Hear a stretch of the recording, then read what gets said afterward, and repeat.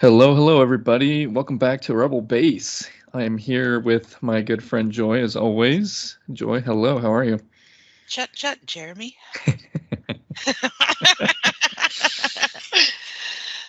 That's a good Um, one. I love it. It's funny you mentioned that already off the bat. I just saw we talked about it. Did we talk about it last week? Where Anakin um, was reading the script of Episode 2, talking about the scene where he goes back to see Watto, hmm and it talks about how he has to say his lines in Watanese, Oh, like in his language, and he yeah. literally made it up on the spot. Oh, did he really? Completely made it up on the spot. Yeah, because George Lucas actually asked Hayden. He was like, "What do you think it should sound like?" Well, and then Hayden's like, "I think it should sound like nothing we've heard, nothing like English or anything," and he literally made it all up on the spot. I say that all the time. Chut chut, Watto. Chat, chat, Watto. I love that line. Well, we are here recording on Friday, June, what is it, 17th? A couple days after what I'm going to make an argument for the best episode of any Disney show for Star Wars, period. On the Obi-Wan Kenobi show, we saw part 5, and it was so good. So we've got so much to talk about, guys. Strap yourselves in, get ready. We're gonna rock and roll. And before we do, obviously, I'd like to remind you, go ahead and subscribe to the channel. Please leave comments, questions, hit the like and subscribe, all the things. Go ahead and share. We'd love to hear feedback. Give us any tips or any other things that you guys might pick up on that we don't talk about. All the good stuff. So thank you for listening. But we're going to go ahead and get rolling. And the first seconds of this episode, we could just talk about this all night. Ah, ah, The first shot is Coruscant. We see a shot of Coruscant, and then it zooms out a bit, and then it focuses straight on your boy Hayden Christensen. How great was that for you? oh my God. I, the girl in me, the little girly girl in me is going to come out. And I was like, is he looking at Padme's apartment? Is he looking at her apartment? Oh my God, this is everything. And I was like, I mean, I just, you know, this episode or this series is good, but they took it back. I mean, never in our wildest fantasies did we think that we would get to see Padawan, Anakin, and Obi-Wan. Amazing. It was Amazing. such a surprise. And even though we kind of have been saying, I wish we would see like flashbacks. I've been thinking this whole time, like, show us a flashback of the Clone Wars or show us something. Never would I have thought of a full-on sparring session when he's training Anakin. Like, that was such a great sight to see.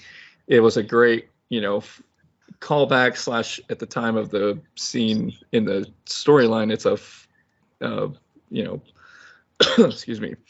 It's a thing. What's the word I'm trying to find here? Foreshadow of their big duel in Episode 3. I mean, you can already see some of the moves. Like, they brought back all the moves and some of the choreography. It was just so much fun to watch that again. You know, I said, and I wrote this down and I was like, I'm gonna have to talk to Jeremy about it. By the way, and I'm just gonna say this, that it killed me to wait 2 days. I wanted to talk to you about it Wednesday, but I wanted to save it for this podcast. Yeah, But we talked about the lightsaber battle on Mustafar and how that is the most epic lightsaber battle. for sure. I almost want to say I'm gonna say these two are even. At least even, if not Wow. just a Okay. little bit better than the Mustafar. I mean, What makes it better then? it was so physical. Yeah. It was so physical, so much more personal. Um, Not that, I mean, I don't know how much more personal than you can be on a volcano, but I don't know. It was just everything. I don't want to just be so clouded with my excitement for this. They did an awesome job on the CGI to make, Hayden Hmm. Christensen was what, 19 years old when he first played that role. And I Hmm. mean, he's almost, I know he's in his late 30s, I think. But you Yeah. could kind of tell a little bit, and it was mostly in his eyes that you could kind of, I'm going to say his eyes and his forehead. I'm no offense, but the kind of tell the age, but I can overlook that and I'll never mention it again because that scene and those effects and going back was still everything. It was so special to see. Yeah, like you said, Disney is getting better at it with each attempt. They've started it with Tarkin and Rogue One and Leia, and they did with Luke in Mandalorian, and now they're doing it here. And I honestly, you're the better expert on what Hayden Christensen looks like than I am, Joy. But Oh, I have it memorized. I didn't really. There was one moment, yeah, looking at his face straight on, I was like, you can kind of see it, but it was so minute that it was not even something that took me out of the moment.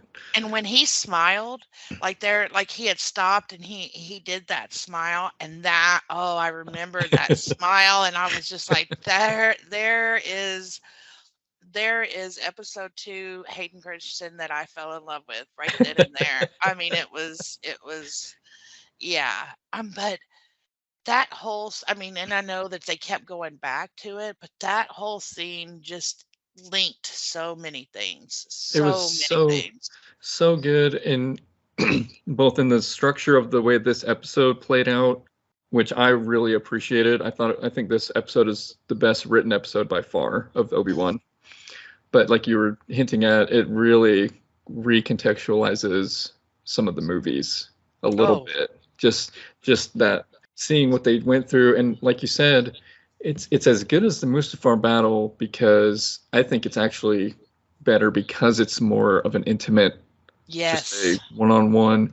The fact that they were in each other's heads like that, like you can see the connection that these two have, and that The totally, physical, yeah, you know, the way the physicality went, you can totally see how that kind of adds to what we see in the movies now. and to think, okay, I'm just going to give props to the two actors that how many years ago was episode 2, episode 3? Episode 2 was 20 years ago. Yeah. And you're going to come back. And I'm not saying that you can't have some memory of how to swing a lightsaber, but you come back 20 plus years later and you do a scene like that. When he did the spin move in the back, you know how he spins his lightsaber back behind him like he did on Mustafar? I jumped out of my chair. Right? It was Yes. it was that good. It was that good. That good. Yeah. And like I said, the choreography and just so many fun callbacks, and now we can see why that Mustafar match was so evenly fought because we're seeing that groundwork laid right here. Oh yeah. And it really I'm disappointed even more in those 3 last movies because I the lightsaber battles were not even remotely to the level of Mustafar and No. definitely not to the level of this. And I'm like, look, if you're going to act in a Star Wars movie and you're going to swing a lightsaber, you need to Hayden Christensen this. We're making that a term now, just Hayden Yes. Christensen it. You need to do the work like they did because they make you love you're watching, you know. They do, man. They do. Yeah, I agree because the sequel trilogy, those lightsaber battles were not great. No, I could have got up there and swung it like that. Right. The Well, and force then is like not strong. in episode in episode 7 when the ground just splits and nope, that's the end of that battle. Like Yeah, really? If it was Hayden and Obi, if it was Anakin and Obi, Anakin's jumping over that, no problem. yeah, not, and even Obi-Wan before, when he's just using his lightsaber in this series is 20 times better than what Kylo Ren and Rey did. Totally. I totally agree. And what I loved about how they kept going back is like after that first scene, it fades to Vader. And Vader's Yes. standing there and he's looking out, and I'm like, oh, Hmm. Agreed. Well, and oh, honestly, that transition threw me because the first time we're watching it, in my mind, I'm like, oh no, is that all we got? Surely not. And then was mhm. that a flashback that Vader is having in his mind in that exact moment? Yeah, So I was kind of curious, but like I said, the way that back and forth with that flashback happens, like the structure of that is so good because each time you come back to the fight, and when Obio is training Annie, every time you come back, there's some lesson that he's trying to tell him or some message that Anakin's trying to tell him. And that stuff plays into what we then see in the current time of the episode. It's it just so brilliant. the way that it flowed together, and I think of, hands coming together and fingers intertwined. I mean, when Obi-Wan is looking up and say he's not patient enough for a siege, and then when you're doing the flashbacks to the lessons that he was trying to teach him on that, brilliant how Agreed. you put those two together. Agreed. Yep. The flow was flawless Yeah. It was so between good. scenes. It was Yes. so good. I loved just that opening shot. I felt like, oh, look, he's got his hands behind his back. He's in his Jedi pose. I was like, oh, man, I'm so excited to see this. I told you I'm reading the Brotherhood book, which is a new book that is following Obi-Wan and Anakin in their adventures on Cato Nemoidia, which was referenced in episode 3, like I mentioned in a couple podcasts ago. And even that has added some to what we see in episode 3. I just love these types of things that are enriching their relationship. Just when we hear Obi-Wan telling Anakin, "You were my brother, I loved you." Yeah, that's great to hear. But now we're seeing, oh, he was serious. Like he really meant that. There's so much emotion in that sparring session. There's so much emotion even in this book I'm reading. There's I'm already seeing some of that, but that cannot be undervalued, and how that's going to play out in both this episode we just watched and then in the finale. It's going to be heavy. I cannot wait to see how it all plays out. Oh, it's so deep and so many layers. Yeah, loved it. So we see the first shot of them sparring, and then we cut to Vader, and right away I already start to feel like this episode felt the most like Star Wars to me by a long shot, because Vader's on his ship and he's got his generals, or his guys coming in and reporting to him, and Vader's giving orders, and he's talking to Reva, and she comes in and he anoints her, he tells her kneel and makes her the Grand Inquisitor for now. All of that just felt, okay, this is Star Wars. This is Vader running things. He's in charge and he's on a mission. They are seeking someone and they're going to do whatever it takes to get there. So whenever he said kneel, did you get a flashback of whenever he kneeled in front of the Emperor? Oh, totally. I think that's why he said that, because in his mind, I'm sure that's what he thinks you're supposed to do. Yeah. Loved it. And I know that we don't know this if you're just watching it the first time, but he gave her everything that she supposedly wanted when gave her the Grand Inquisitor right there. Do you think he knew all along who she was and what she was really doing? I do, and I'll tell you why. Because I think he knew the whole time what was going on with her. And, when we see the reveal that the Grand Inquisitor from the first Grand Inquisitor of the show, when we see him come back, like, it's clear that he was working with Vader. And what I think happened was Vader was in on the plan from the beginning. And I especially think it's true because Vader had the pin to give her. Like, where did he get that from? That's true. To me, I feel like, when the third sister kills Inquisitor at the end of episode part 1 of this show, like, he's just going to be left there. And then what? How did Vader get that pin? Unless, obviously, he didn't die, and Vader knew that he was coming back and all that stuff. And then I think Vader knew from the beginning that that was a part of the whole plan. So I think that was actually pretty sneaky of him. And this is something else that I felt made it very, very much like Star Wars. In Episode 5, Empire Strikes Back, like he's got a whole tricky plan going in the works there. And I felt the same with him here. Like this is him orchestrating an entire plan and executing it to perfection.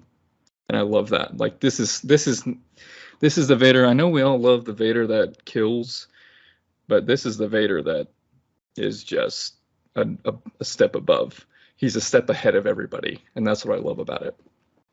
And too, I mean, he said at least twice, off the top of my head, he told Padme before he was burned, I can overthrow the Emperor. We can rule the galaxy together and make it what we want. He also told Luke that. True. That's true, huh? Yeah. I mean, he's got big visions. He can make grand plans, and he's not afraid of that. But you know who gave him those visions? Who was that? Palpatine. Well, true. Yeah. I mean, yeah. I mean, with all his deception. And he's not mentioned in any of this, but if you go back in Episode 2, you've got Obi-Wan being critical, and you've got Palpatine going, you're gonna be the most powerful Jedi there is. True. Yeah. Building him up. Yeah. You got one tearing him down and one building him up, and it all links together. It all. That's so good. That's really good. Do you think too that that's something that I've been thinking about when Anakin, he was complaining about Obi-Wan holding him back, and I sense some of that with their sparring, because he's so aggressive that he feels he can just overtake anybody by sheer force. But Obi-Wan keeps telling him, no, that's not how to do it, holding him back in that sense. And I felt even that just had a connection with how Obi-Wan perceived Anakin. Well, and I wrote it down, and it goes to the scene whenever Obi-Wan says he doesn't have the patience for a siege, and then it flashes back. Mm-hmm. And what he says is, mercy doesn't defeat an enemy, master. That's what Anakin says to Obi-Wan whenever he's trying to say, you're being too aggressive, you're being, and I had to listen to it a couple of times before I clearly heard, but he says mercy doesn't defeat an enemy, master. And I think that's just so much in that one statement. That's really good. Why are you going to lose? Why lose when I mean, and obviously Anakin he never learns, even as Vader, he never learns that lesson, because he's like they discuss later in that session, he's always trying to prove himself, and that's what he does towards the end of this episode. Like, I don't need to hold back. I can do I can do whatever I want, and I will get, nothing's going to stop me. And that's just the attitude that he has. That's the Vader that we know and love. Like, that's the Vader that the galaxy fears, that he can be merciless anytime. We saw it in the other episode when he starts killing people in the village. I think that was already him sending that message of, look, this is who I am. This is how I'm going to be. And you're not even going to stop me. Yeah. And now that I think about it, as much as I wanted him to be looking over at Padme's apartment, and maybe he was, because maybe, they had just got the assignment or something to go over there. We're speculating here. True. But that conversation that he has with Padme as she's packing, because they're going to go back to Naboo to hide, is that, Obi-Wan is overcritical. I'm really ahead of him in many ways, he says. Right. He's holding me back, and then you see that fight in this series. Mm-hmm. You understand that statement that he's saying. Yeah. It completely adds to the lines we already know from the prequels, and I just love that. Like we were talking about it before we hit record, but we're gonna rewatch these prequels, and they're gonna have a whole new flavor to them, and I'm so excited to see the context a little bit tweaked, and it's gonna be a little bit deeper. I'm very happy about that. For sure. So, when they get off that ship from rescuing Leia, are all those people, and I think maybe some of them are, but are all those people waiting to get transported out Force sensitive? I don't know. That's a good question. Probably not. But that's a good question. They might be families of people who were force sensitive. Maybe some of them are. We were hearing from, what's the guy's name? Roken? Roken. We were hearing from Roken talking about, or not Roken, was it Tala? Tala was the one talking about her time with the Empire, finding these families and, doing some mean things to them, obviously. And so maybe the rebellion came in and saved some of them and got them to safety. Well, that's, the path and them smuggling. Right. That's a lot. And Yeah. I don't know. Anakin's mom wasn't force sensitive, and I mean, does the parents have to have the force for the child to have it, or? No, I don't think so. I don't think they've ever delved into exactly how some people have it and some people don't. Yeah, I mean, it's just I don't think it's a genetic thing. That's kind of the battle of the sequel trilogy, though, right? With them going back and forth. Oh, Rey is this strong in the Force because she has connections to whoever, and then Episode 8 says, "Nope, you're a nobody," and she just has her Force abilities for no reason, and then Episode 9 goes back and says, "No, it's because you're Palpatine." So, even Disney's wishy-washy on that, obviously. But Yeah. as far as like what Lucas set out to create, I don't think that it was limiting, that Jedi were limited to like, genetics. I think that it was like everybody has the potential to learn about the Force. It's just a matter of who taps into it. And then that kind of goes into kind of what we were talking about, is that I think some people are stronger in the Force than others. Right. And some of them are more skilled and more practiced at it. Some of them just have, higher midichlorian counts, whatever the reason. There's definitely different levels. Yeah. But I love how Obi-Wan is being very encouraging and positive with little Leia, Yeah. without telling her your daddy is really strong in the Force and you probably got some Force in you yourself, I Yeah. don't think or maybe she knows and she's just really good about not just coming out and hiding and saying it, but she's a very intelligent child. Mm-hmm. She catches on to things. She likes her little Lola, which I think makes her technically more inclined, Mm-hmm. and adventurous. But I think Obi-Wan kind of learned his lesson about being critical, and he's being positive That's a good point. I could see with that. Leia. I could see that. I think too, a part of that is he really sees a lot of Padme in her, not That just too. Anakin, so that helps him. But you bring up a good point about Leia. So part of the story of this episode, obviously, she's the one who can fit into this little vent. Like, what did you guys do before Leia was around to repair it? Did you just leave it? Like, surely somebody could have got in there, but they put Leia into this vent, and she is working on fixing the short in the cords or whatever that Lola created, because she was, tracking them for Riva. And Leia, she has, like you said, a lot of good skills, and some of that I'm sure she's learned, but I'm curious if she knows if she has the Force or not. We saw in the first episode that when she was talking to her cousin, and she said all those things about him, like, that was really something that little kids don't normally just know or pick up on. Like, was the Force kind of guiding her with that? Does she know that that was the Force doing that? I don't know.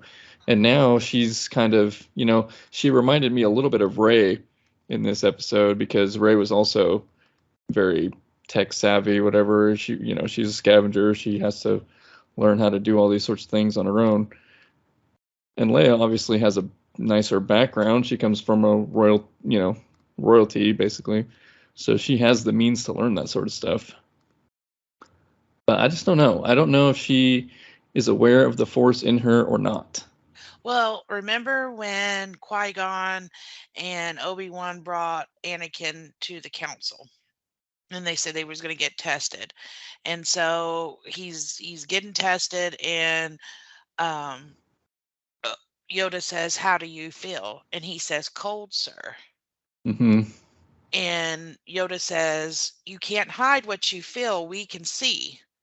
So trying to remember that and thinking about what you just said, that's what dawned on me about Leia, is that I think some people in the Force can sense the feelings and kind of see inside somebody like that, because Yoda definitely saw that Mm-hmm. that little Annie was missing his mom, and he was sad. True. Yeah. And I think it's just a Force thing, but I mean, unless she didn't know anything about the Force or Jedis. I mean, it was just like an old tale. I mean, they haven't been around for years and years, 10 years by the time that she has any interaction with one.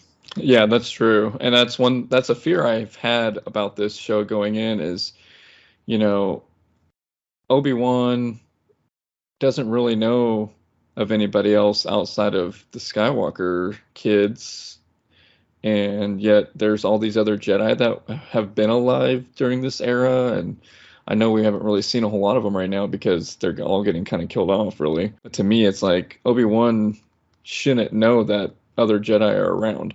Same with Leia, like in the original trilogy, she doesn't know any of that. Like, I know that she's a part of the rebellion, though. And think about it, like this is her first taste of the rebellion in a way, right? The character, she is seeing what's going on, and I think we all kind of understand she now can know that she can reach out to Obi-Wan like she does in episode 4 because of what's happening here. But I think that I mean, by the time Rogue One comes, she's already a big part of the rebellion then too, and obviously Bale is a part of the rebellion, a big time leader there. So it's not like she's not aware of that sort of stuff. But to me, if she's aware of that, why wouldn't she know that it's all about finding the Jedi and saving them as well? So I'm a little curious. It's not a big hang up for me, but it's something that they need to be a little careful with. I agree with you, and I still, when I think about, and I'm going to have to really listen to her message that came out of R2, because really and truly, all these years, it's not like she even knew who Obi-Wan was. And after this little adventure, how does she not know who he is? Right? Yeah. Initially, she only knew him as Ben, but I think that ship has sailed. I think she definitely knows who he Yeah. is. So I mean, I agree with you. Like I'm playing because this is just so good. I'll play your game. I'm all in, full well, bet, I don't think they're ruining anything. Again, I'm just curious about Leia as a kid now. Like she is already, I mean, obviously she's showing the skills and the stuff that we know that she's good at, the sass and all that, the attitude. We already know that she has all that in the original trilogy anyway, and we're seeing the beginnings of that. But Leia at the end of episode 6 when she's talking to Luke on Endor, the forest moon of Endor, and she says, "Somehow I've always known Well, that about doesn't him." explain why she kissed him then. Well, it does not, and that's a we all know that story is always a debate there, but I Yeah, mean, I think if Leia has had all this force sensitivity all this time, maybe she isn't fully aware of it yet, but she knows that she has something. or she And knew, and she knew, and she also knows what happens if that's known. because she's seen it firsthand with this series. That's true too. You will get killed, you will get hunted if you show the Force, and so she got very good at hiding it. That's a good point. Maybe that's part of it. And I wonder too if Bale might mention that to her, just for safety reasons. Like, hey, we're protecting you. And maybe obviously she doesn't need to know who her father is because she doesn't learn that like until when Luke does. But like Bale can say, look, you have some of that in you. We have to keep you safe. You have to hide that, just like Yoda hides, just like Obi-Wan hides. Like she has to learn how to hide it. Yeah. I mean, after all of this, when they get, finally reunited, I mean, to me, even if they don't show it, there has to be a conversation. For sure. Yeah. I agree. So yeah, Leia, I just love this kid. And you and I were kind of talking about it, even though I kind of sense some vibes like with Rey. To me, Leia makes more sense. Like the way that she can know these things and the way that she just kind of handles herself even as a kid. Whereas Rey, yeah, she knows how to scrap and all that stuff, but like she's on the base and she just uses the Force right away to tell the trooper to get her out of the restraints that she was in. Like I don't know if she should be able to do that. So that's kind of always been the big hang up on Rey, is how she just learned how to do all of that without any sort of background. I mean, it's like, Luke saw Obi-Wan do it. So he knew that the Force worked on the weak-minded. Mm-hmm. Who did Rey see do that? There's not any Jedi around for Rey to have learned that. And for her to just pull that out of the air, I mean, that's what irritated me. 100% agree. Well, and like you were just saying a minute ago, Leia, as a part of the rebellion now, even seeing it as a young kid, she is aware kind of of the story of the Jedi and what they can do, and she's seeing some of it obviously in this series. So it makes sense to me that she can do some of that stuff. And again, I'm not saying she's using the Force to open the vent, like she just knew how to do the mechanics of it, and that's fine.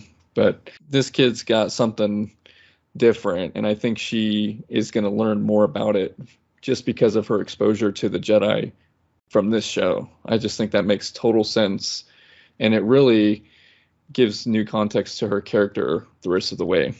Yeah, and she has Jedi reflexes, and they talk, you talk about little Annie and the pod racing. Well, the reason why you can do that as a human is you must have Jedi reflexes. Remember when little Leia was running through the forest away from Flea, Mm-hmm. when he was trying to get her, and she just kind of slid and got up? I mean, that was like athletic to me.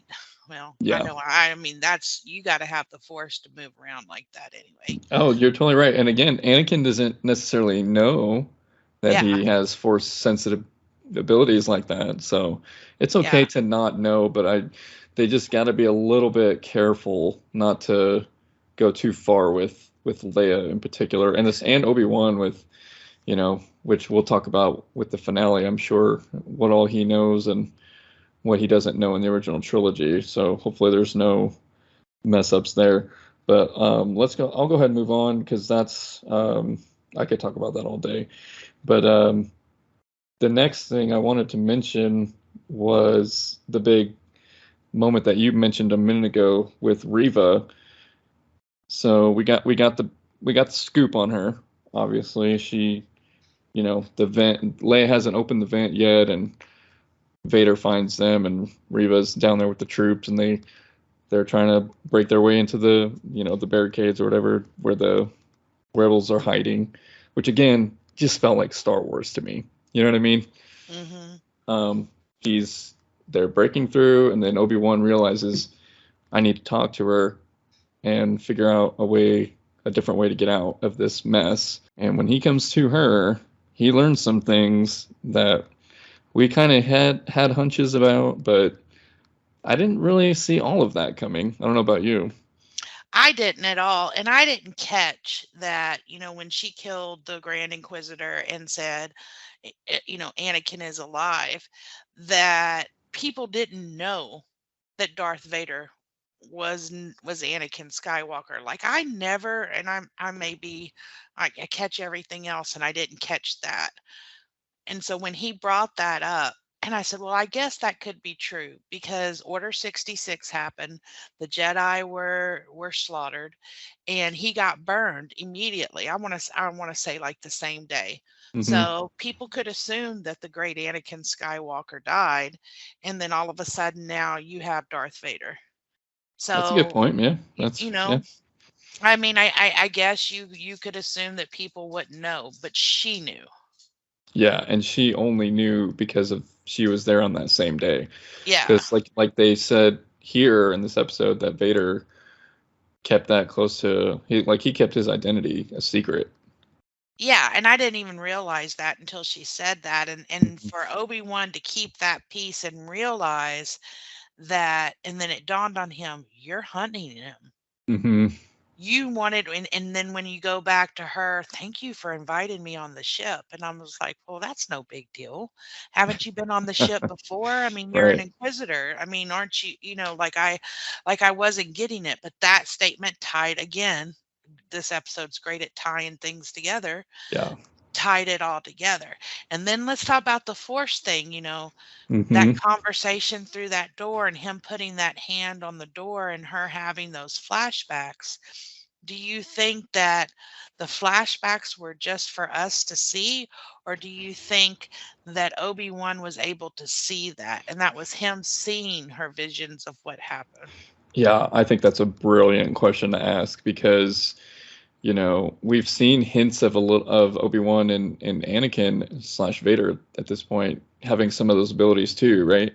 Yeah. When they were in the back to tanks, they're kind of seeing things, and Vader approaching Jabim on his ship, and he's sensing Obi-Wan there, and like these guys, they have some pretty strong abilities.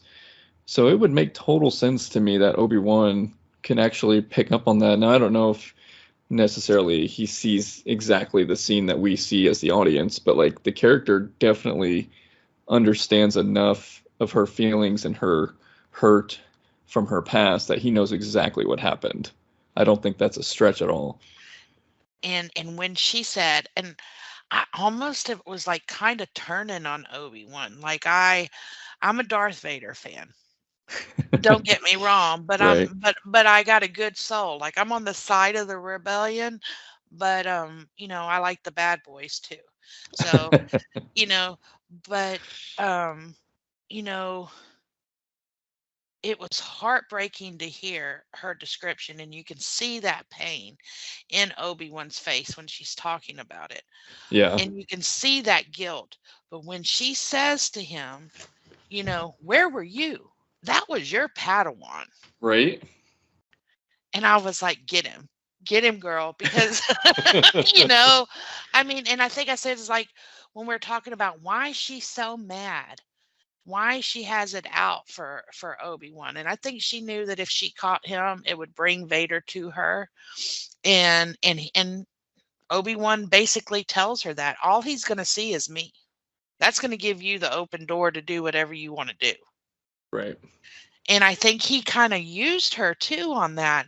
And that's where I'm kind of like, you know, It's a how is little that any tricky. better? Yeah, it's it, Right. it, it it's we're getting tricky in here, and it's like you were so upset and felt so guilty about what happened to the younglings, and can't believe that Anakin, your brother, could do that, but yet you're almost bringing the same fate to those people in there.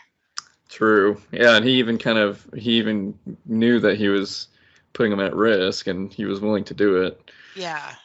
That's interesting. And I do appreciate that the reason she was so mad at him is she was blaming him because he, I guess, saw it or didn't do anything about it. Obviously we don't see that in episode 3. So it's a little hard for me to reconcile with that, but I'm fine with it. But obviously she's not. And so in her mind, he's a little bit of a shady. He's a little shady. He didn't just step in and help like he's supposed to. I felt that. And then when she said, "Do you want Anakin dead?" And then that look on his face, Yeah, and I'm like, there's that love for Anakin. yeah, he comes back. It comes back, But when you watch episode 2 again, reevaluate that. Okay. Yeah. Yeah. Yeah. I Yeah. definitely think we could do that. I even think in episode 6 we can reevaluate, when Vader's talking to Luke and he says, Obi-Wan once thought as you do. Hmm. Are we going to see Obi, like you said, he still has a heart for Anakin a little bit. Are we going to see him try to turn him back? And I I think that would make sense because that's what Luke tries to do as well. I think the one statement in episode 3, I failed you, Anakin, I failed you. Yeah. That right there is what's is like the main piece, and you've got all these other pieces that are going on with this conversation through the door. I mean, Mm-hmm. yeah, really and truly, Obi-Wan did fail Anakin, and he is. And when Darth Vader, what are you? And Darth Vader is, I'm what you made me. You are exactly right. It's Yeah. not just the burning and losing, the arm and the legs. It's a lot more than that. Yeah. Yeah, that's good. Yeah, so I think you're right onto something about, Obi-Wan is so revered as one of the best Jedi ever, but he was not without his shortcomings.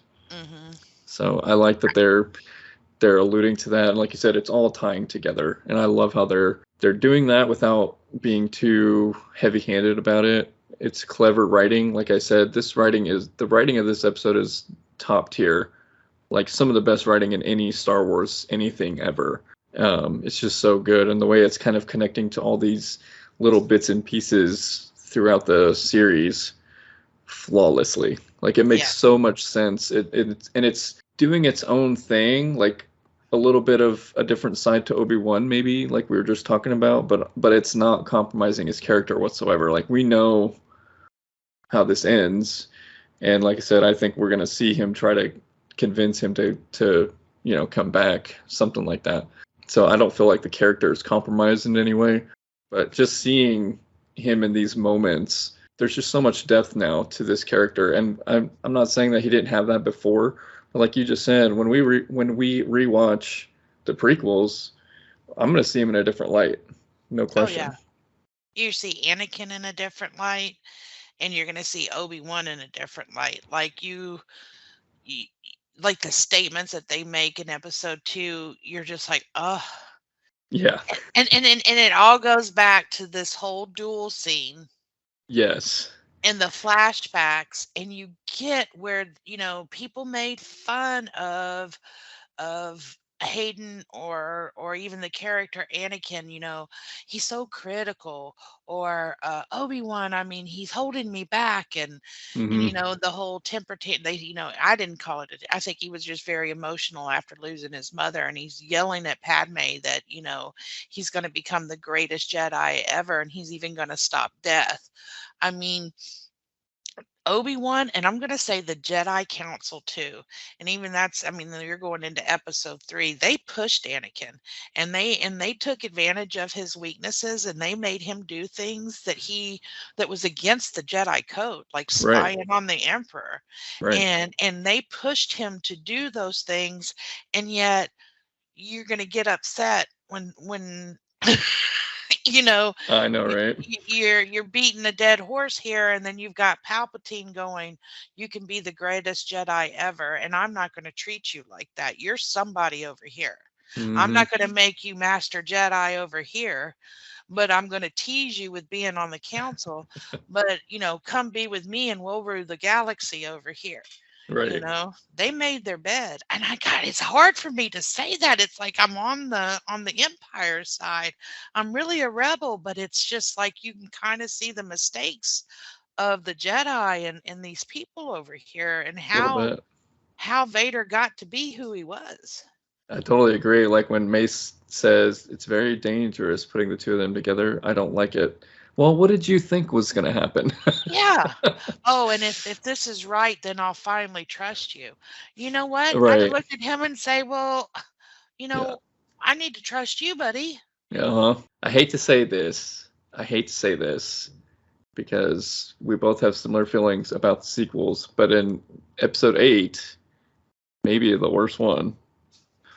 When Luke is talking to Rey about how the Jedi were blinded, like, you know, there's a huge weakness that they had that Luke figured something out about that. He was onto something there, but like they're still gonna get on Anakin about his shortcomings, and it's just interesting because if they embraced Anakin more instead of pushing him away and shutting him down and criticizing, I just wonder how much of a better Jedi he could have been. But obviously Palpatine had different plans. Yeah. So they talk, he finds out about Reva, and he convinces her to plot against Vader, and Vader mostly sees right through it, of course, and then he starts coming through the base, and we see the most awesome Vader scene probably since his Rogue One hallway scene. Dude literally comes in and grabs a spaceship as it's leaving and brings it back down to the ground. I mean, so good. I mean, and I hate this. Yeah, Ray kind of did that, and you kind of got that connection. And when him and Third Sister, he didn't fight with the lightsaber to begin with. Right. He was just using the Force. He was just toying with her. He was just messing around with her and punking her, like, look how much better I am than you. I mean, with the flick of a hand, I don't care whether you got a spinny spin. I mean, it was just like, but when he did pick up a lightsaber, he missed like a couple of swipes, and I'm wondering though, you ain't got no legs, no arms. You are mechanical. Maybe he doesn't move like the Anakin in the flashback, and so he's had to hone his Force in other ways. And we kind of see, the Force push or whatever, but that ship, oh yeah. And then once he crashes it, just tears it apart. Yeah. Just pulls it, shreds it. It was such a great display of his power once again. I mean, something you're saying though is interesting because it's recontextualizing a lot of things. Like in Episode 4, when Vader and Obi-Wan fight on the Death Star, everybody's like, "Oh, look at these guys can't move around like they did in Mustafar." But it's like, first of all, that was 20 years ago. Second of all, Vader's in a giant metal suit now, mechanical suit. And we're seeing a little bit of that now. Yeah, his movement is a little bit restrictive. It makes total sense. So I like that they showed that. Like maybe he's still kind of adjusting a little bit to his. I mean, I know it's been years since he was, almost burned alive. But how long did it take for him to get his groove back? Well, and I think about, the fight scene between Yoda and Dooku. And I mean, I can remember being in the movie theater for the first time, and when Yoda walks in, everybody's like, "Oh." and then when he drops his little cane, because I mean, he wibble wobbles like he's, I don't think he was 900 years old then, but he was probably like 850, 980, or 880, Yeah. and so he walks like a little old man until he drops the cane, and then he spins around like Cirque du Soleil over here. But you see him on Dagobah, and he's not that nimble. Yeah, very true. 20 years later, I mean, he's not like that. I mean, I can't imagine him. I mean, that's really pulling some Force moves, and him lifting that ship out of the swamp for Luke, I think wasn't as easy as it was back in the day. I agree. Well, and we're seeing that with Obi-Wan. He was hiding himself and cutting himself off from the Force for 10 years. And look how hard it is for him to get back to even semi-normal, abilities for him. And it makes sense. Like the way of the Jedi is a lifestyle. It's not just let me just get to the practice field and I'll be good. Like this is a life choice. Yeah, I mean, I used to be able to do a round off back handspring, and now, I mean, I'll pull a ligament walking to the back door, you know? I mean, yeah, I mean, we do Uh, get older, and Vader has got this anger. He's lost the woman that he loves. Everybody's betrayed him. He's been burned. He's lost his limbs. All he's doing is sitting there stewing in his anger and honing the Force. yeah. Yeah, he's becoming strong and powerful in other ways. And he's So, got somebody who's probably, I mean, Palpatine is teaching him. He said, "I'm going to teach you the ways of the dark side." I mean, yeah. mhm. Well, and going back to the sparring session, like we were saying, that just connects so well. When he thinks that he has Obi-Wan beat, and then Obi-Wan pulls the lightsaber out from him and more or less kind of tricks him. And that's his lesson, that's his teaching moment there.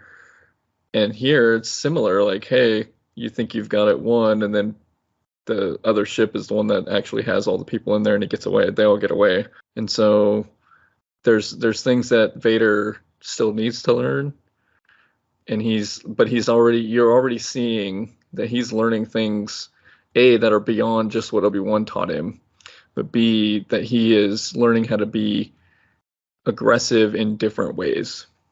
And I think that's what I liked about so many of the things he did in this episode was he was very much thinking ahead, and it's almost like a chess match where he's moving pieces around to set things up for later to trap, like with Reva. Obviously he was playing her from the beginning, and so I like seeing that side of him too, where it's not just brute force. Yes, we saw that, and that's one of the most amazing scenes, but I just love the mind games that he's winning also. So Reva tries to come and kill him as if that was going to work, tries to assassinate him from behind, and he senses her, uses a force, whips her around like it was nothing. When he broke the lightsaber in half and threw the other one to her and say, "Take it," I mean, it was just like, Yeah. "I'm gonna go ahead and give you another shot," Uh-huh. But good luck to you. I I will mean, say that made me think of that scene that you're talking about when they were doing a one-on-one lightsaber fight. It was very well shot. This had some of the best cinematography of the whole series so far. But she had some interesting moves. She was like a little bit low to the ground and kind of did some spins. I was like, okay, I see you. yeah. Well, and in some of the books and stuff I read, they talk about the different fighting styles. Mace Windu had a specific fighting style. Yoda had one. Mm-hmm. Some hold their lightsabers above their head, and some hold in front of them. And Yeah, so, yeah, she had a very different style. yeah. Um, They all have a different form. but did you get the Dooku moment? Like when he grabbed and he had both in both hand and looking down at her, I was like, "Are you gonna Dooku her?" Yeah, right. I was like, "Is this what's gonna happen again?" I for sure thought, oh gosh, this is a flashback to there, and then Yeah. it didn't do that. I will mention too when the two lightsabers were in half, and he had them both in his hands. I don't know if you've paid attention to the Clone Wars, but he actually has the same stance that Ahsoka has, and Ahsoka was his Padawan. Because Oh, Ahsoka is one of the rare, which I think we saw her with both lightsabers in Mandalorian, right? And she has one in each hand, and it's kind of a interesting way that she holds them. And he has a very similar sort of form with one in each hand. So there's a little bit of Ahsoka connection there, which I really liked. so let me ask you this. So since you've seen all of the Clone Wars, I've only seen episodes that I thought were interesting. Hmm. Was he aggressive on his own? Because he's a Jedi at that point. He's not. He's going off on his own away from Obi-Wan. Was he as aggressive as he is now, or how they portrayed him in this whole flashback? A little. He was very much aggressive. What made Ahsoka and Anakin so great is how when one of them was too aggressive, the other one pulled them back.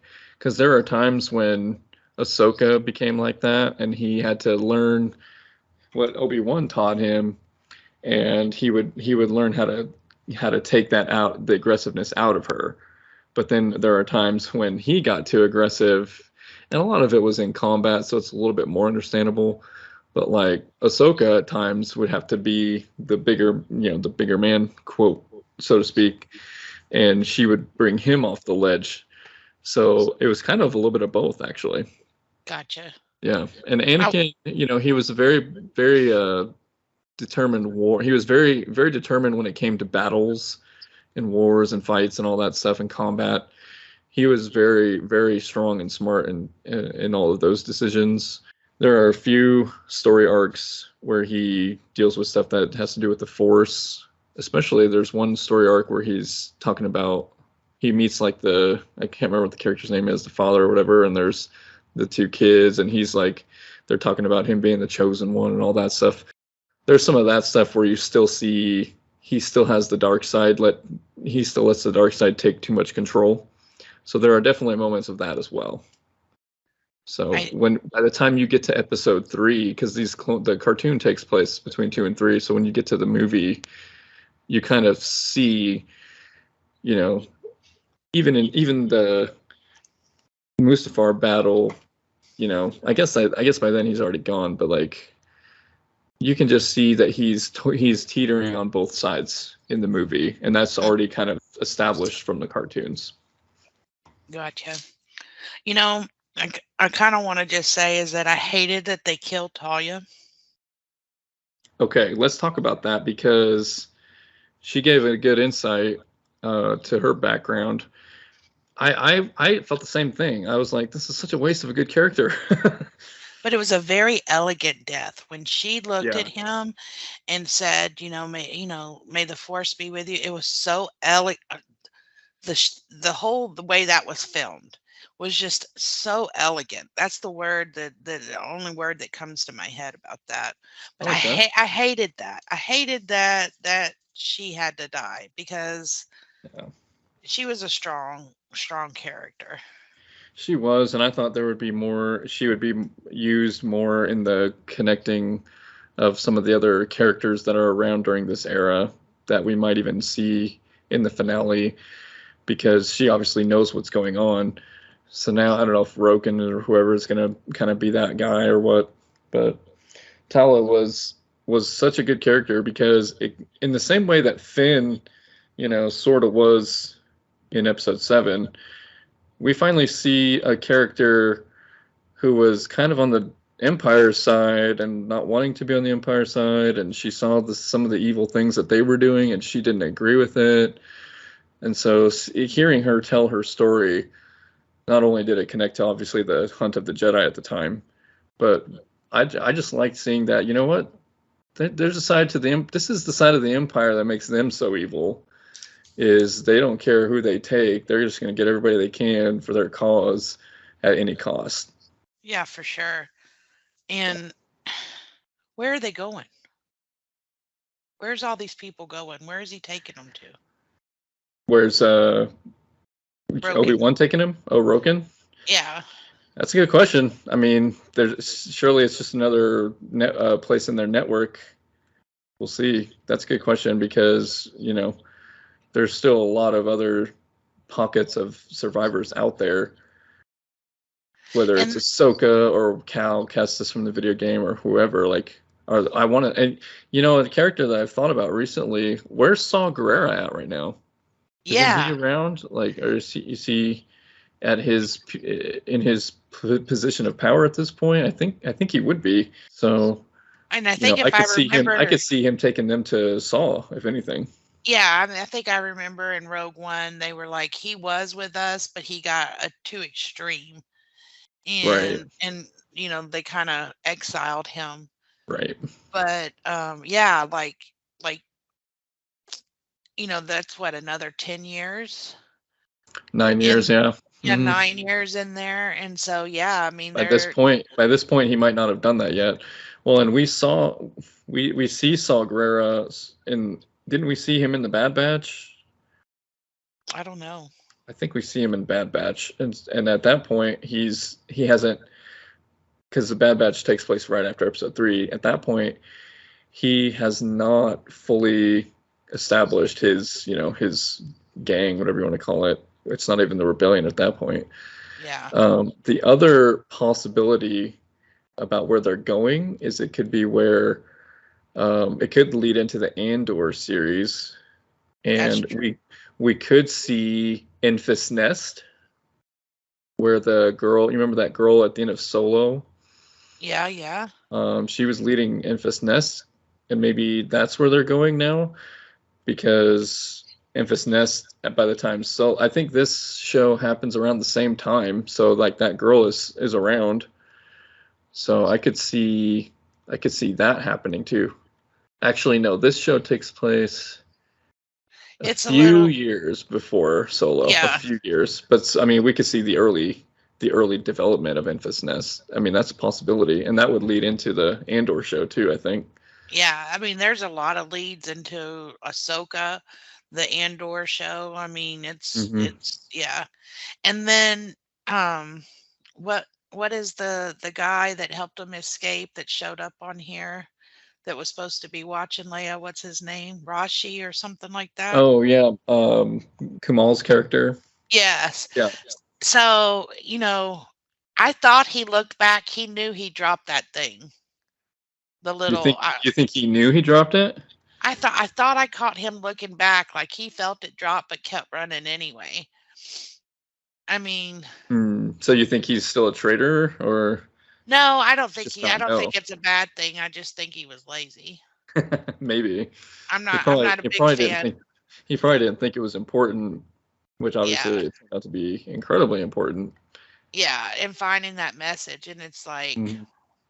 I mean, and then ending with Luke. I mean, Well, what did it's you think of that? So Vader. Before we, right before we get to that, I do want to mention. So just like she got stabbed as a kid, Vader stabs her here and somehow doesn't die, and Vader just leaves her there. yeah, If anybody should know how important it is to make sure that somebody is actually dead, it would be Anakin. it would be Anakin. Exactly. Exactly. So was it purposeful that he left her alive? I don't think so. It's just, to me, that was kind of silly. That was the only silly moment to me of the episode, was he stabs her and just leaves her there to die without killing her. Well, I mean, that one dude said, "I'm gonna leave you in the gutter just like Leave I you in the found gutter. you," Yeah. you know?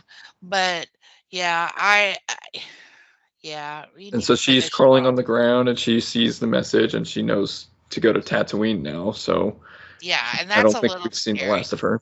Yeah, it is Which, scary. you know what? I'm loving that they focused on Leia because the Skywalkers is, Leia later on as an adult learns the Force, but it's always been a focus on Luke. Right. Very You true. know, and so this whole thing being about, Obi-Wan and little Leia is great. And we haven't seen but just one glimpse of little Luke. And that at the end, he gets one episode. And that's why I was like, I really hope the rumors are true that we're going to get a second season because we need to get to know little Luke. I agree. And I think that could be where we leave things next week, right? With the finale, knowing that Luke is going to have to get protected. Again, I think this one is running a bigger risk of ruining continuity, because Yes. Luke on Tatooine, like, you can't mess that up, and he never leaves Tatooine. So, And you can't bring Leia there because Luke and Leia never knew each other. right. So there's so many things that they're kind of handcuffed by based on the story that they cannot mess up. You better So walk that line. I do wonder if they need to be careful. Like they're kind of boxed in. I don't want them to do too much, but I wouldn't mind seeing another season, even if, again, Luke doesn't even have to be in it as much. I could see them coming up with some other storyline, and if it turns into more about, Reva and Obi-Wan and Vader, I'm not opposed to that, but I'd rather that than for them to mess up Luke at this Yeah. point. Yeah, don't mess it up. Mm. I and you're right. Now that you say it, it's like, he really was clueless. He was totally clueless. Clueless about the Force, clueless about Jedis. Ben was Yeah. just an old hermit that lived up in, In the Dune Sea. in the Dune Sea and just doesn't have a clue. and doesn't know if he can do things better because it's the Force, because he doesn't know anything about it. So you're right. I mean, they got to walk that line and not mess up Luke Skywalker. Yeah, totally. One other thing I wanted to mention. So let's go ahead and we can talk about what we think is going to happen in the finale.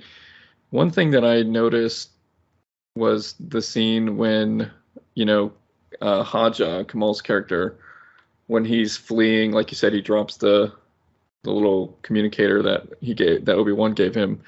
Obi-Wan also gave him his lightsaber.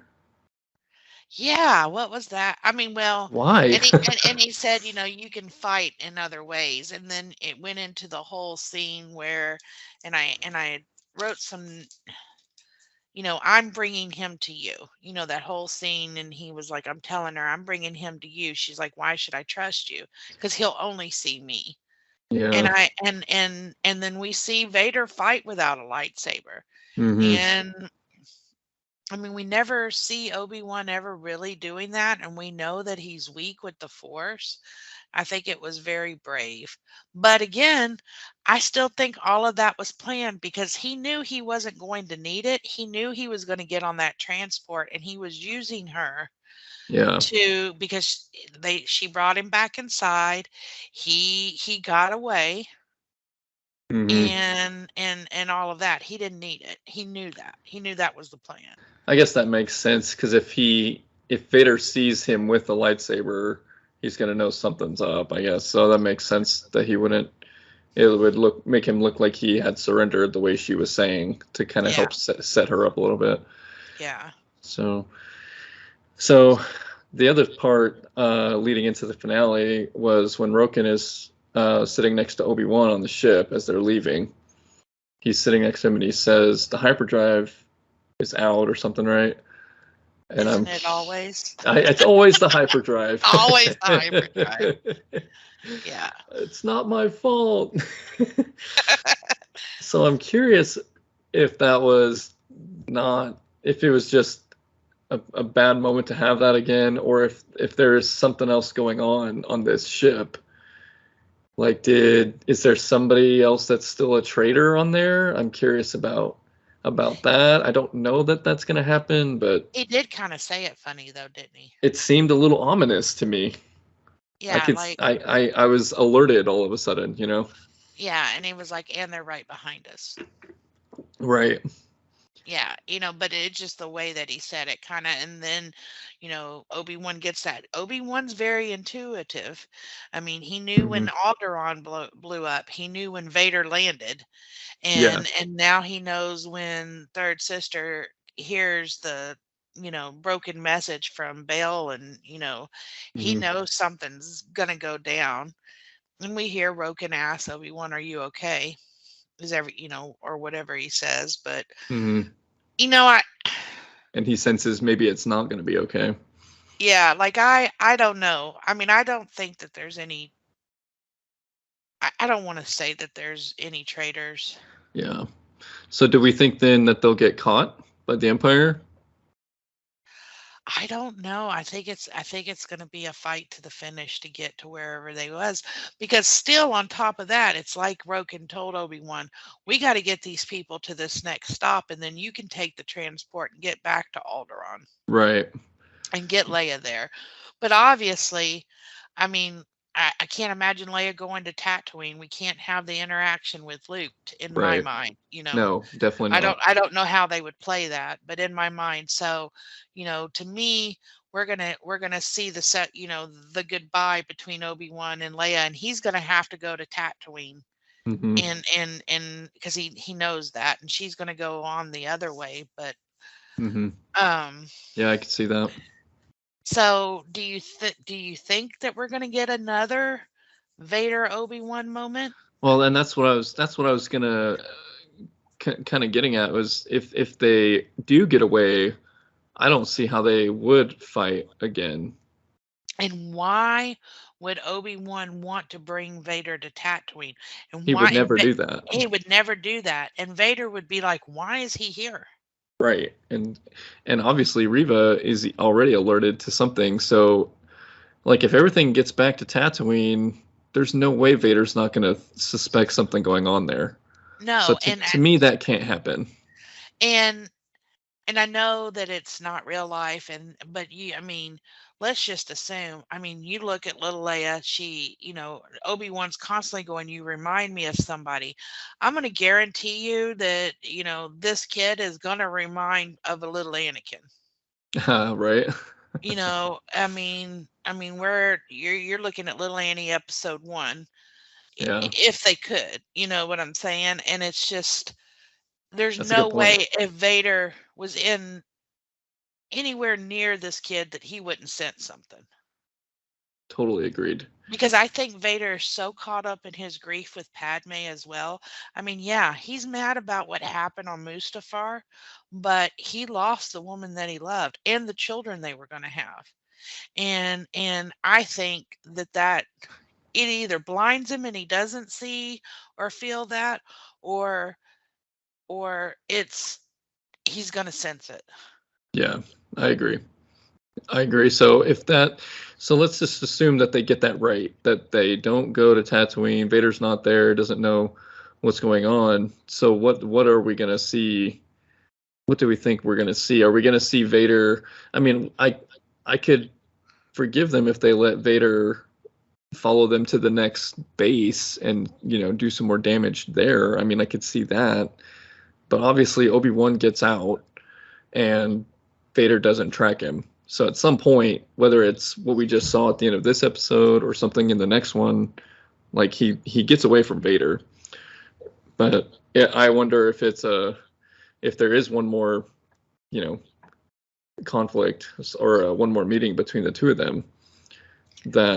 And I think that we need it because I still want to see Obi-Wan try to bring him back. I still want there to be I still want acknowledgement of that side of Vader that we see in episode 6. So I want to see that. I don't think we've set up a whole lot about the circumstances of their reunion in episode 4. I think there's still a little bit more legwork that could be done there. Mm-hmm. So I think that they do need to meet again, which tells me it can't be on Tatooine. So maybe Vader does track them. I think what they've done with this series, because I never in my wildest dreams would imagine this last episode the way it was. I just don't have a clue, Jeremy, and it's exciting to me for once. I know, right? Because it's so funny to think we know exactly where they all end up, and yet we're totally baffled about what can happen next. Yeah, and I've not been disappointed, not one time. And it's been so good. And I just know that this last one it's going to be good, and we're going to want more. Oh yeah, especially if there are other characters that they bring in. We've talked about it throughout the show, our podcast during this show. There are so many key characters that are around right now. Any one of them could show up in this finale, I think. Especially, if there's a second season of Obi-Wan Kenobi, I could see that. Or, if they have another spin-off show that they're going to surprise us with. The other thing, obviously, I will say, I could see a marketing ploy for their next video game. So I don't know if you saw that they announced Jedi Fallen Order 2. Mm-hmm. And obviously Cal is the main character and he's back in that. So if they hint at something in the show that will lead into that video game, I could see that. That's probably a long shot, don't get me wrong, but I need to get on Oculus and see if there's any new. I don't think I've heard. You should. That'd be cool. But Vader Immortal is a story that is told and kind of gives some that. I guess that's why I keep talking about his grief for Padme, because that's his focus. Mm-hmm. And he even he tries to commune with her like Obi-Wan and Luke did, or Yoda, with the Force Ghost. I mean, it's I think that the video games continue the story. Agreed. One other thing I wanted to toss your way, I mentioned a little bit of it before we started recording. Um, Vader and Obi-Wan let me rephrase, Anakin and Obi-Wan, like you just said, they were so close, and we've seen a lot of it throughout this series about them sensing a lot of things in other locations and between each other. It kind of reminisced of Rey and Kylo a little bit in episode 8. I wonder, this is a long shot as well, but I wonder if there's some chance of us finding out that they have a Force Dyad between Obi-Wan and Anakin. And I think I asked you, I was like, well, what's a dyad? And I guess I was like, well, it's not that understood anyway, because yeah, the movies didn't do a good job of explaining no, it. but But like their connection, basically it's about the strength of their connection between the two of them, so to speak. And obviously Rey and Kylo had a strong connection, and now, I mean, who else would have such a strong connection but Obi-Wan and Anakin? and yeah, that connection is there, and I just Yoda had the way of being able to, he's sitting in the room and he's meditating and he can hear Qui-Gon. He's communing and he hears Qui-Gon going, Anakin, no, no, when he's killing the Tusken Raiders for Right. his mother, Right. And then, Anakin having the dreams, he's on the balcony in Padme's apartment. She's asleep when they first got there. And Obi-Wan is like, you look like you're tired. And he goes, I haven't been sleeping. He goes, are you, nightmares about his mother? And then, Padme mentions, and those nightmares were not of her death, but of her suffering, which she was. At the current time, I mean, he is having visions in his dreams Mm-hmm. of current events taking place. And I think that Anakin has that ability to envision things, and I think that other people of the Force, I mean, we seen Yoda do it. We kind of saw Obi-Wan do it through the door a little bit. Yeah. So I think they have the ability to make a connection, and especially if there's that strong bond there. Now the Kylo Ray one was just so far out there. They barely knew each other. They, he was a little brat. How did they Yeah. know to do that? There's Yeah. nobody there to teach them, you Mm-hmm. know. But Yeah, I, that whole storyline was so rushed, because I basically what J.J. Abrams had to do in episode 9 was redo episode 8 and then do episode 9 all in one. So he had to rush that Dyad story so much. If they had just kept him doing all three, I think we would have heard a lot more about the Dyad, maybe as kind of a big reveal at the end of episode 8 or something. Well, and I mean, Yoda gave Obi-Wan the training to be able to commune with Qui-Gon. Who's to say that it's only the dead? I Mm-hmm. think that goes along. I think that's more believable than all of a sudden you're so far into this dyad that you're in front of each other fighting, but you're not. Or Right. you're in front of each other talking, but you're not. Mm-hmm. And then you come out of a vision wet and holding some beads or something that one time. And I mean, it was just so stupid. Yeah. I'm sorry. I tried, I can't No, be no, positive, you're totally fine. I agree. It was ridiculous. ridiculous, but I think that there is a way to be able to connect and do that. And we saw that with the Force Ghost with Obi-Wan and Luke. And I think they just kind of expanded on that. Are we gonna see Qui-Gon in the finale? I don't. That's what's so good is they keep everything so under wraps. We don't have a clue what's coming, but God, that would be great.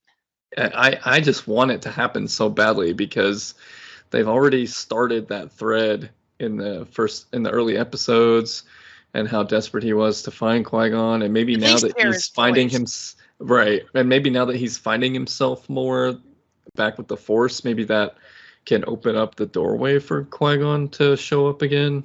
Yeah, I mean, at least hear his voice. I mean, Yeah. I think Obi-Wan suppressed everything so much that that's the reason why he couldn't do it. And so now that he's opened up the door, we can, it would be great for us fans to see Qui-Gon again. Would love it. Maybe even a little Yoda. I would love Yoda too. I mean, you and I, that's our favorite character, so You know, I will lose it if Yoda does it. and I mean, they hinted around that Baby Yoda was a youngling. True. Yeah, he's around I at mean, this time. if you really want to tickle me pink, throw in some little Baby Yoda in there. We're just I gonna mean, put him in all the Disney shows. put Baby Yoda in everything. Put him in all of it. All of it. I mean, I might be a little too much, but I mean, I will never be negative about anything Baby Yoda. Yeah. Well, I'm excited next week. That I just can't wait to see what they do with it. I've been very, very happy about this show as a whole.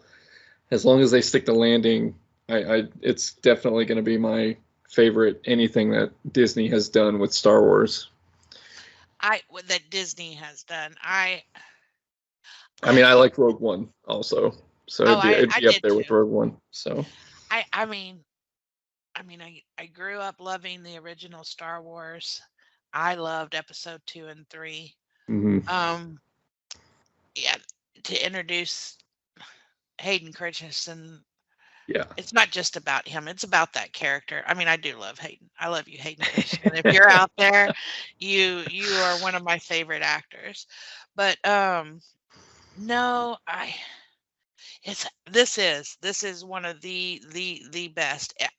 I rank it up there in my favorite. It is in my favorites. Period. No ifs, ands, or buts. Yeah, totally. And it's better than a movie. A movie is what, 2? Maybe if you want to Titanic it, 3 hours.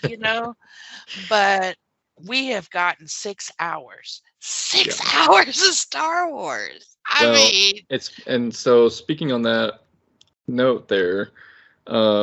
We heard this week that the finale was going to be an hour and a half, which initially sounds great, right? Yeah. But I read that some of that is going to be a Q&A with the cast and crew. So it's not going to be, the episode itself is not going to be the full 90 minutes or whatever it was, 93. So, but I still think even if you have like a 30-minute Q&A, that's still an hour-long episode, give or take. So this finale is going to have quite a bit to it. I'm almost guaranteeing it. Yeah, it's maybe even an hour 15 for it's a lot. 15 minutes is plenty of time. 15 minutes is plenty of time for a Q&A. Oh yeah. You don't need more than that. And do we have confirmation that there's a season 2? I still don't think there's been it's been confirmed. I'm curious if it's going to be. I don't know if you've watched any of the Marvel shows, but at the end of one of them, at the end of Loki, the show ends and then it cuts to a shot of them saying Loki will return for season 2.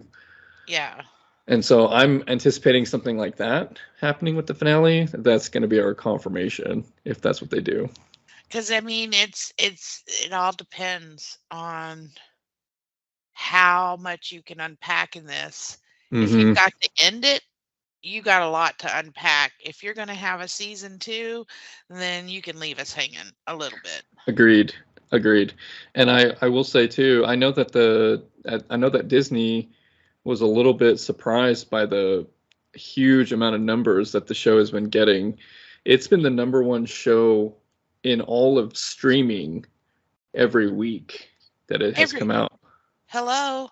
I mean, did Disney really think that us old timers wasn't going to turn into Obi-Wan Kenobi?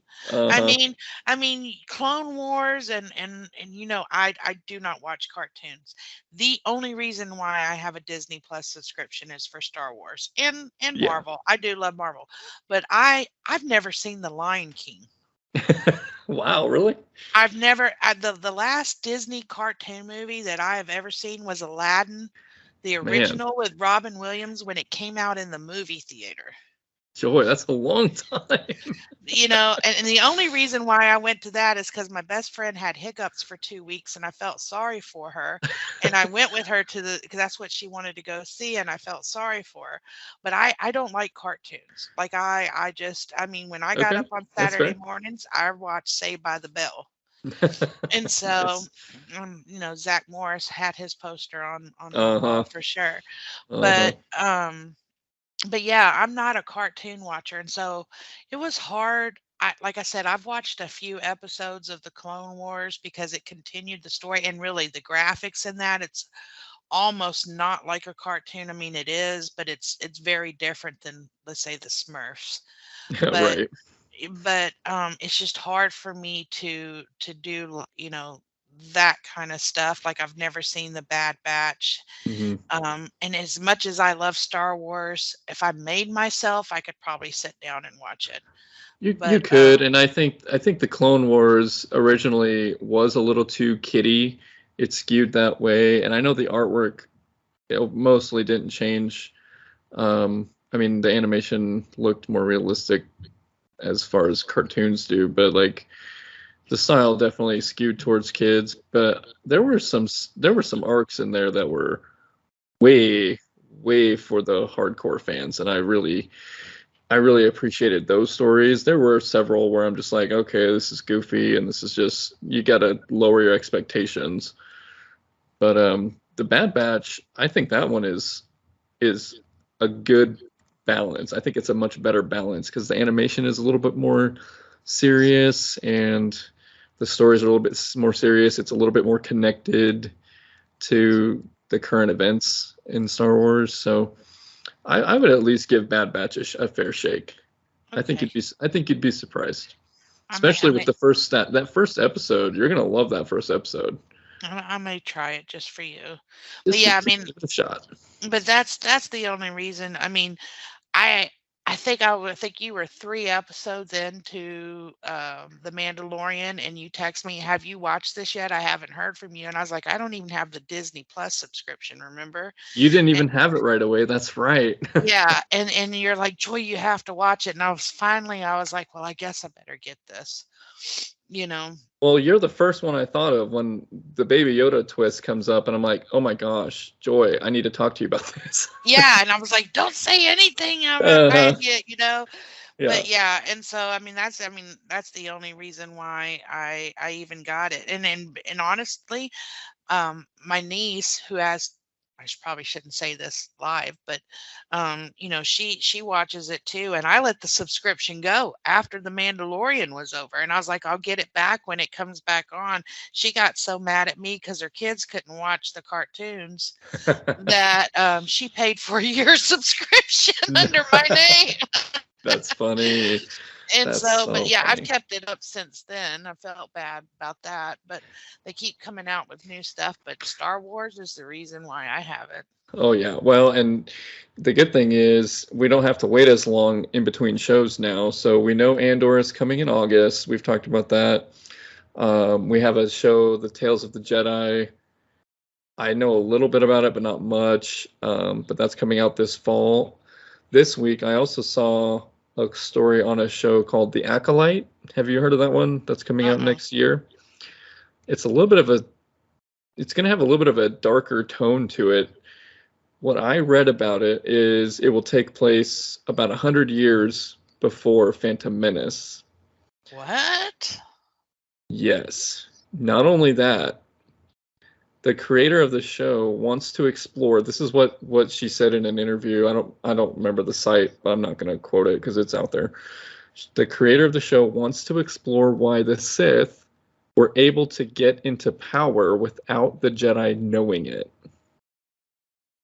I think they need to explore the virgin birth of Anakin The Skywalker. prophecy, maybe they get into the prophecy a little bit too.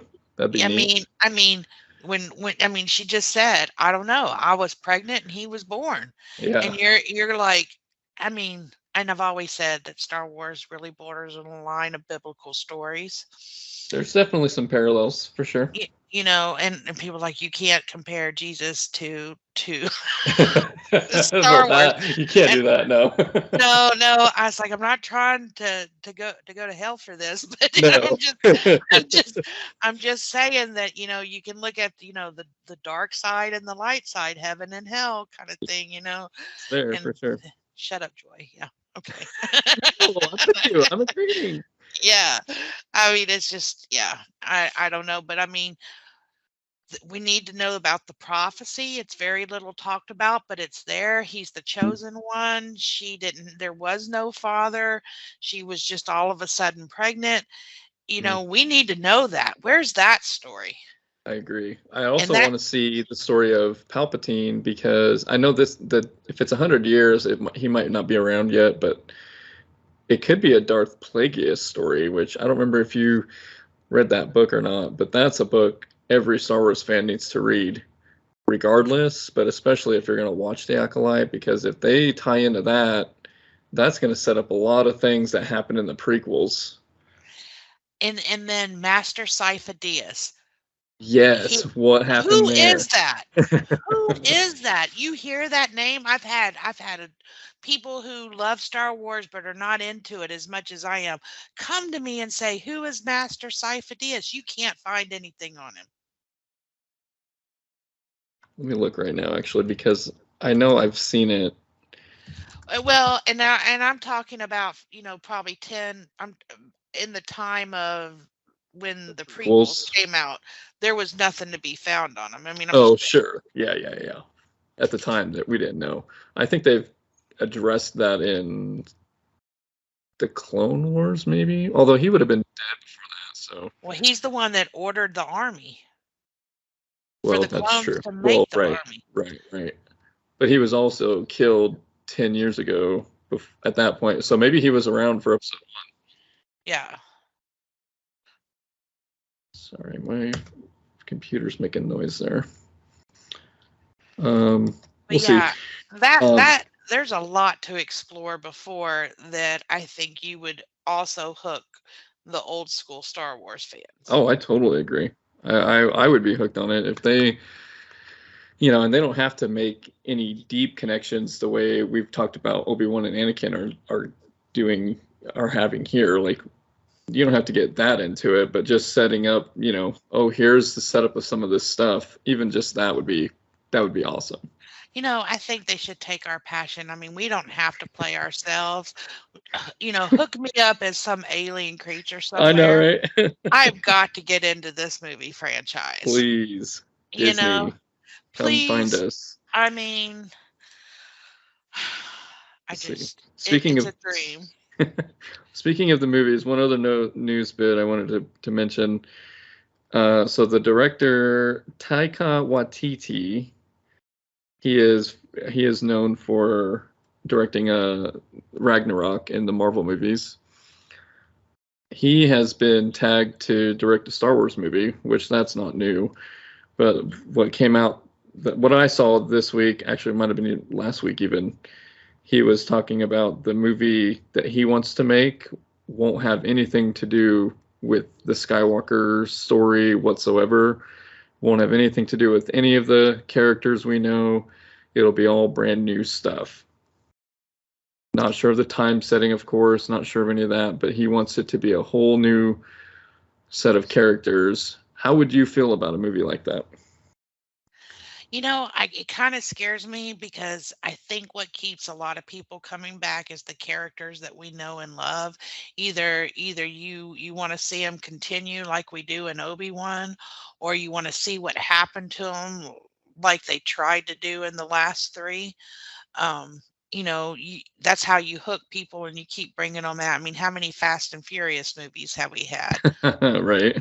Or how many Terminator movies have we had, So I think that's going to, if he wants to tackle that mountain and create new characters, you better be good at what you're doing. Agreed. You need to, you won't be as restricted with the lore, because you won't have to, you can kind of have a wide open story, but you still got to obey the rules of the Star Wars universe in general, for sure. It's like, do we need to write a letter on the do's and the don'ts? Right. I mean, I think I could write a whole letter on that's not how the Force works.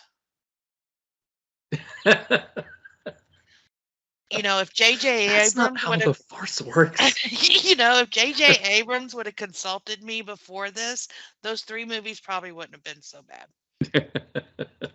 I am they need to listen to us. I'm telling you, they need to listen to us. And I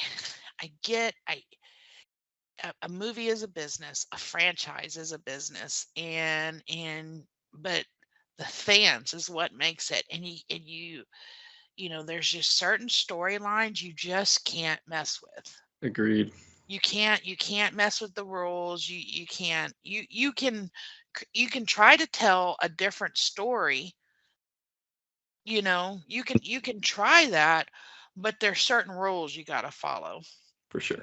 I mean, look at the Scream movies. I mean, they set the rules in the first one and they have not broken the rules. you know, I mean, yeah. Didn't they just make a new one of that recently? Yes, and I watched it and I can actually say that it was okay. It was okay. It was okay. It was okay. And the Fast and Furious is okay. It's hard to know Paul Walker is gone. I And I know. just read an article today that they're going to bring back CGI Paul Walker in the next one, and I'm almost like, don't do it. Oh, you're kidding. Oh Don't no. do it, because that's going to be No. hard on us fans. It I really can't will. imagine, and I know his brother, that filled in for the missing scenes or the end, really does look like him and just needs like a little tweak. But I can't imagine what it's like for like Vin Diesel and Tyrese, who were so close with Paul, to try to act with his character again and it not. I I just know, don't. right? I just don't think. It's I not don't. going to be the same. No, and I know that like the last movie, he was at home taking care of the kids or protecting the kids while they went on this latest adventure. And it's not that it was a bad movie, but it's almost like I wanted that franchise to end with them driving off in two separate directions. Yeah. I mean, Yeah. could we have had 5 more if Paul Walker was alive? I think that we would all still go and watch it just for loyalty reasons. But Right. Yeah, they yeah. did kind of have the perfect ending, and we're like, you know what? We'd rather just make all this money and make more of these movies. Yeah, I mean, you brought The Rock in there, and then now you got the feud, and The Rock and Jason Statham went off on their own one over here, and Yeah. I mean, I don't know. It's almost like when I was excited when they brought Sarah Connor back and Linda Yeah. Hamilton came back for that latest Terminator one, but yet, like I said, you better be on point with the storyline. Agreed. Yeah. Because that was a big build up to it was a kind of a letdown. Yeah, I was gonna say it wasn't that good of a movie, but there were some neat things because they kind of called back to some of the older movies again. But I don't know, they didn't need to do it. But again, and I think Star Wars is kind of running into this problem where a lot of things that are successful are playing off of nostalgia a little too much. Well, Ewan and Hayden ain't getting any younger, and I mean, Hayden, you can invite Hayden back all you want to come stand in the suit, and every Yeah. once in a while, I mean, if you put the burn makeup on him, it doesn't matter really how old he is, But Ewan is going to continue to get older. They're not always going to be around, and that's what I'm saying. I don't have a problem with you starting a new storyline, but you better be on point. It better make sense. And It you're gonna better have make us, sense. you're gonna have us older folk get in on it, and if it's good, we'll support you 100%. And then these young bucks can carry on the tradition, and this is their Star Wars for the next 40 years, like this has been Yeah, ours. I agree. Well, and I that's what I wonder about the movie that the Taika is going to do. If they did a movie, like, say, way in the future of what we've seen, like all of the stuff that we're seeing in these movies and shows, if that's all like history lessons in this movie, that could be the start of a whole new era. And you could still balance like making new stuff in that era and still coming back to some of this old stuff and appeasing both fan groups. I mean, it's such a big franchise. I think it's the one that you could get away with doing that. I mean, if they come up with that Darth Vader had a love child after Padme, you will lose me. You will lose me. You will lose me. I That's don't not gonna want, happen. don't. You better be on point. I will write a strongly worded letter to everybody and their grandma, including George Lucas, and tell Mr. Lucas, you need to put a stop to this. I mean, you remember when episode 7 and 8, like after episode 7 came out, the whole talk was who are Rey's parents, and we're like, it better not be Luke or Obi-Wan's granddaughter, because it's like that never happened. If they change any of that, I would have been so upset. And I mean, even Palpatine making her a part of his lineage like that.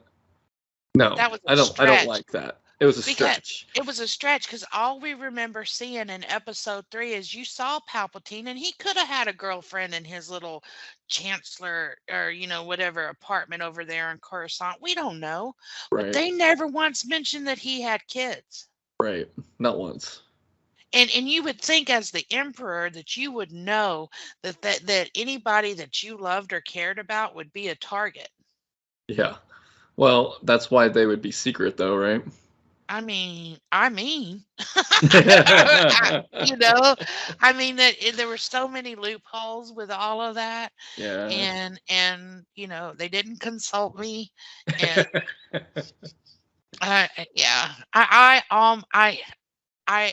I went to stand up and walk out on all 3 movies and made myself sit back down. Yeah. Mm-hmm. Yeah, we won't. Let's not open old wounds again. But anyway, so yeah, that was. I'm very excited for next week. I can't wait to talk about the finale and see what they're going to do. Hopefully, we get news of other shows, maybe a season 2 of this. Who knows? We'll see. We'll see what comes out of it. But and once we watch it, and we'll talk about it next week to wrap up the season. And you and I talked about. A little bit about this before recording tonight. We may even keep this thing rolling with some other discussions after this show is done, because there's so many things that this show touches in the 6 key movies, and we may do a rewatch of some of these movies and talk about how some things may feel different. I know you have maybe already started doing that, so we will get into some of that after this show. So we'll still have plenty of podcasts to go around as much as we can, and then of course we'll talk about maybe coming back together for Andor in August and Tales of the Jedi or Ahsoka, whatever. So we're going to keep this thing rolling as long as we can.